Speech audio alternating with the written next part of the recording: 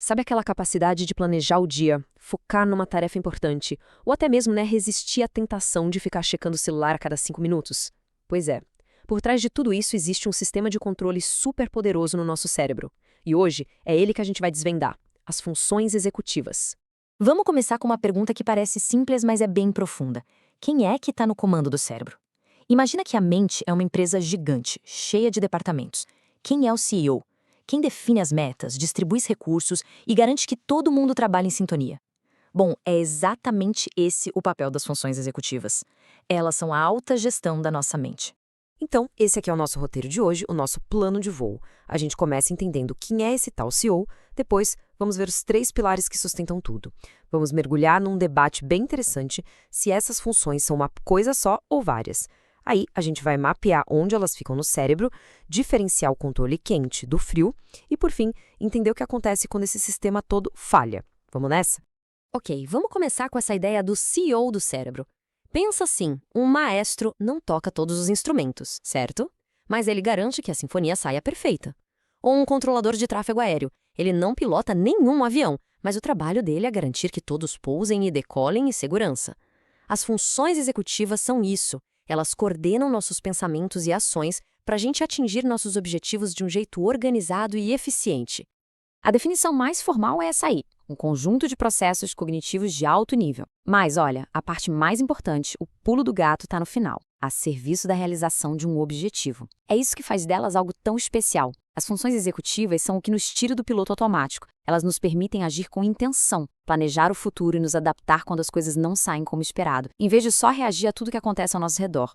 Tá, mas como é que esse CEO trabalha na prática?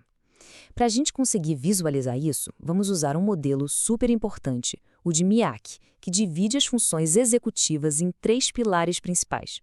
Pensa neles como se fossem os 3 grandes departamentos dessa nossa empresa mental. O primeiro pilar é a inibição. Pode pensar nela como o sistema de freios do cérebro. É a habilidade de resistir a uma distração, tipo a notificação do celular pipocando na tela enquanto a gente tenta estudar. Ou de controlar o impulso, como o de comer mais um pedaço de bolo quando a meta ser mais saudável. Sem a inibição, a gente seria levado só pelos nossos instintos e pelos estímulos do ambiente. O segundo pilar é a atualização, que a gente também chama de memória de trabalho. Imagina ela como a memória RAM do nosso cérebro e não o HD, o disco rígido, ok? É a nossa área de trabalho mental, onde a gente segura e manipula as informações por um tempo para conseguir fazer uma tarefa, tipo fazer uma conta de cabeça ou seguir os passos de uma receita que acabamos de ler. É um espaço super dinâmico, sempre limpando o que não serve mais para dar lugar ao novo. E aí vem o terceiro pilar, a alternância ou flexibilidade cognitiva. Essa aqui é a capacidade da mente de se adaptar, de ter jogo de cintura, sabe? De pensar fora da caixa. É o que permite que a gente mude de uma tarefa para outra ou mude de estratégia quando o plano A não está dando certo. Imagina cozinhar o jantar e ouvir o jornal ao mesmo tempo. Você vai precisar da inibição para não se perder na TV, da memória de trabalho para lembrar os passos da receita e da flexibilidade para atender o telefone se ele tocar no meio de tudo. Viu só? Os 3 pilares trabalhando juntos o tempo todo? E aqui a coisa fica bem legal, porque a gente chega num dos grandes debates da neurociência. Essas 3 funções, inibição, atualização e alternância, são 3 habilidades completamente independentes ou são, na verdade, 3 faces de uma única capacidade central. Essa é a discussão fascinante da unidade versus diversidade. E a resposta, como em muitos mistérios da ciência, é um pouco dos dois. As pesquisas mostram que essas funções estão super conectadas, o que sugere que elas compartilham um recurso em comum. Isso seria a unidade. Ao mesmo tempo, elas também são distintas e separáveis, cada uma com sua particularidade. E isso é a diversidade. É como uma equipe de especialistas. Todos trabalham para o mesmo objetivo, mas o engenheiro, o designer e o gerente de projetos têm habilidades únicas e que não dá para substituir uma pela outra. Explorar essa organização tão complexa da mente é incrível, não é? Se a curiosidade bateu por aí e a vontade de se aprofundar ainda mais em como o cérebro e o comportamento se conectam, o canal NPD, Neurociências e Psicologia no Divã, é um recurso fantástico para isso. Fica aí a sugestão. Beleza, agora que a gente já entendeu o que é, vamos para o onde. Onde, exatamente, no cérebro, fica a sede dessas funções executivas? A resposta nos leva direto para a parte da frente do cérebro. O grande centro de comando é o córtex pré-frontal, ou CPF. Mas olha, ele não é uma sala única não, tá mais por um andar inteiro de escritórios executivos. Como a gente vê aqui, existem departamentos diferentes. A parte dorso-lateral é tipo o departamento de estratégia, cuidando do planejamento e da memória de trabalho. Já as partes ventromedial e órbito-frontal seriam o departamento de relações, lidando com emoções e decisões.